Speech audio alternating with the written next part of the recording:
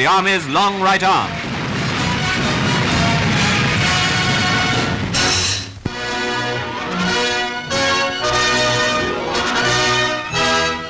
The Imperial Conference, held at St. James's Palace, was attended by members of the Cabinet and representatives of the British Empire and of all the Allies.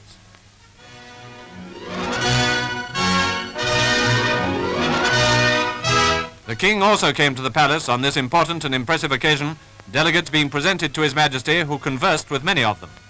For instance, he talked with Mr. Simopoulos of Greece.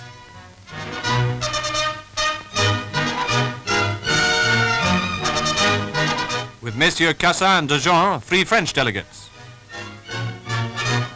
With General Sikorski, the Polish Premier, with Dr. Gerbrandy of the Netherlands, and of course our own overseas representatives for Canada, Australia, New Zealand and South Africa.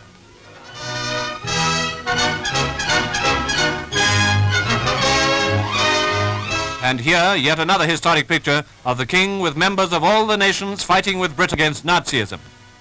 In the course of Mr. Churchill's great declaration were included these memorable passages.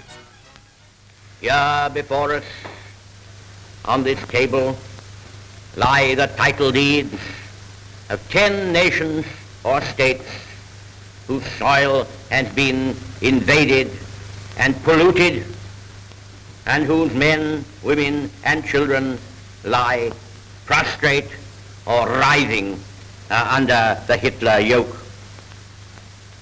A vile race of quislings, to use a new word which will carry the scorn of mankind down the centuries, is hired to fawn upon the conqueror, to collaborate in his designs, and to enforce his rule upon their fellow countrymen, while groveling low themselves.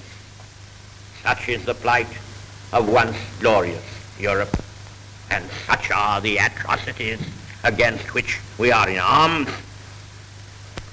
It is upon this foundation that Hitler, with his tattered lackey Mussolini at his tail, and Admiral Darlan frisking at his side, pretends to build out of hatred, appetite, and racial assertion a new order for Europe. Never did so mocking a fantasy obsess the mind of mortal man. We cannot tell what the course of this fell war will be as it spreads remorseless to ever wider regions.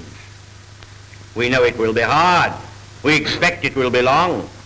We cannot predict or measure its episodes or its tribulations. But one thing is certain. One thing is sure. One thing stands out stark and undeniable, massive and unassailable for all the world to see. It will not be by German hands that the structure of Europe will be rebuilt, or the union of the European family achieved. In every country into which the German armies and the Nazi police have broken, there has sprung up from the soil a hatred of the German name and a contempt for the Nazi creed, which the passage of hundreds of years will not efface from human memory.